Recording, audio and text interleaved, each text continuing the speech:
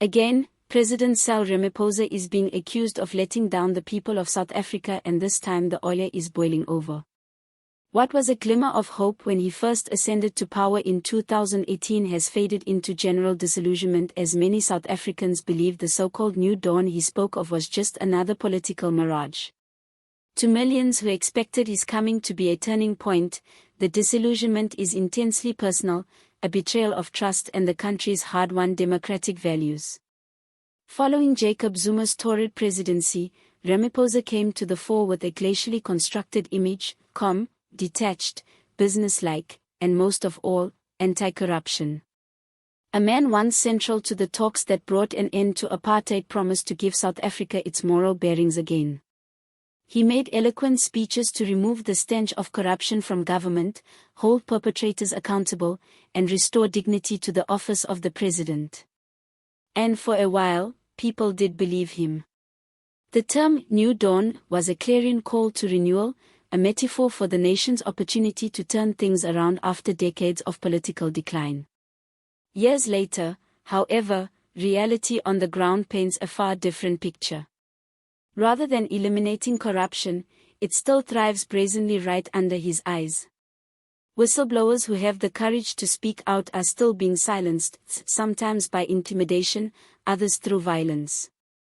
Crooked ministers still pace the corridors of Parliament untouched.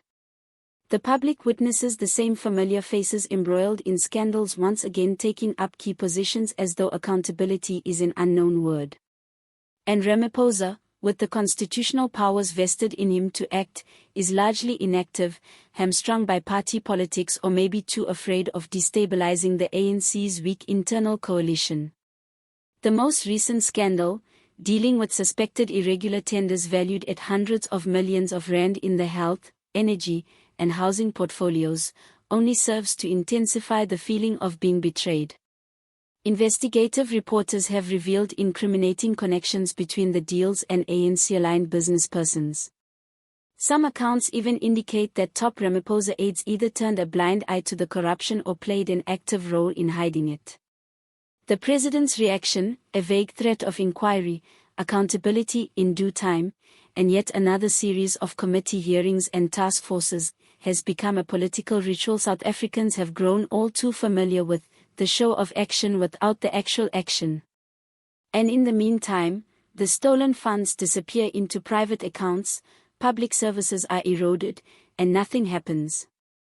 This is not the first time the country has seen Ramaphosa retreat when he should have advanced. South Africa has yet to recover from the failure scandal, a shocking exposé about vast amounts of foreign cash stashed in furniture on the president's private game reserve. Cash that was stolen but never actually reported to authorities. The stakes were huge: possible money laundering, corruption of state resources, and a glaring breakdown in constitutional obligation. But rather than transparency, the nation was greeted with silence, denial, and legal sidestepping. Even after the public protector opened a preliminary probe and Parliament flagged concerns, Ramaphosa evaded substantive scrutiny by virtue of the ANC's parliamentary majority and timely legal niceties. For most South Africans, that was a moment that validated their suspicion all along, that the president cared more about self-preservation than about safeguarding democratic norms he previously purported to defend. South Africans have been patient, too patient. While common citizens are struggling with crippling unemployment, increased crime, a collapsing health system, and the worst energy crisis in decades, the political establishment lives big on the fruits of a system they won't reform. Government ministries continue to be dogged by mismanagement and financial improprieties.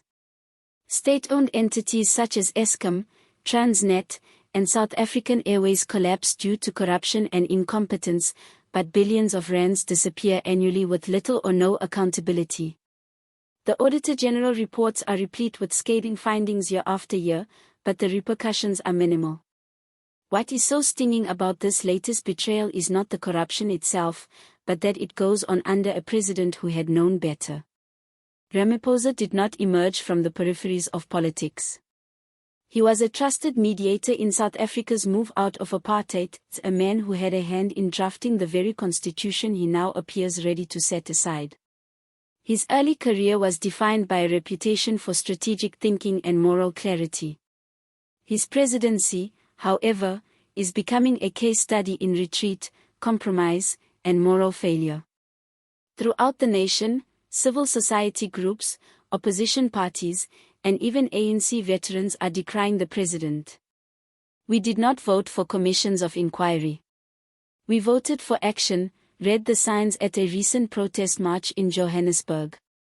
We voted for change and all we have received is more lies. This attitude is expressed in community gatherings, radio phone-ins, and kitchen table discussions throughout the country. People are not only disillusioned, they are tired. The young people who had looked up to Ramaphosa in admiration before now ridicule his speeches as mere rhetoric on social media. Hashtags like #Ramaphosa must go and #normalize accountability appear frequently. Memes of him sleeping as the nation burns are shared far and wide. The president has, for many in this generation, become a symbol of political stagnation, a leader who speaks loudly about corruption but operates with fear and cowardice. The erosion of trust is political but also social. When the leadership fails to deliver on what it promises, citizens start losing confidence in the very institutions that are supposed to work for them. Apathy creeps in. Turnout at the polls dips. Cynicism becomes the default setting.